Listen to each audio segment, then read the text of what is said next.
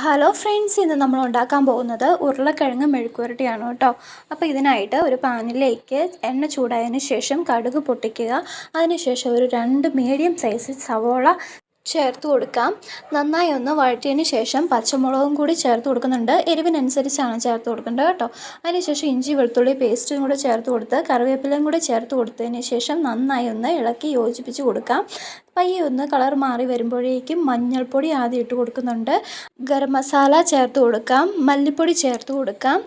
കുരുമുളക് പൊടിയും കൂടി ചേർത്ത് കൊടുക്കാം. അതിനുശേഷം ഉപ്പും കൂടി ചേർത്ത് കൊടുത്തതിന് ശേഷം നമ്മളൊന്ന് നന്നായി ഇളക്കി യോജിപ്പിച്ചെടുക്കുകയാണ് കേട്ടോ.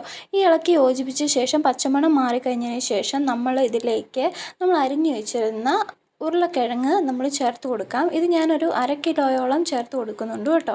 അപ്പോൾ എന്നിട്ട് ഇത് നന്നായി ഒന്ന് ഇളക്കി യോജിപ്പിച്ചതിന് ശേഷം മസാലയെല്ലാം കൂടെ ഉരുളക്കിഴങ്ങിലേക്ക് പിടിക്കണം. അതിന് വേണ്ടിയിട്ട് നമ്മൾ വെള്ളം ഒഴിച്ചൊന്ന് വേവിക്കാനായിട്ട് വെക്കുകയാണ് കേട്ടോ. വെള്ളം ഒഴിച്ച് മൂടി വെച്ചാണ് കേട്ടോ വേവിക്കുന്നത്. അങ്ങനെ മൂടി വെച്ച് വേവിച്ച ശേഷം നമ്മളിതൊന്ന് പൊക്കി ഇടയ്ക്കൊന്ന് ഇളക്കി കൊടുത്ത് നോക്കണം. അടിയിൽ പിടിക്കുന്നുണ്ടോ എന്നൊക്കെ നോക്കണം.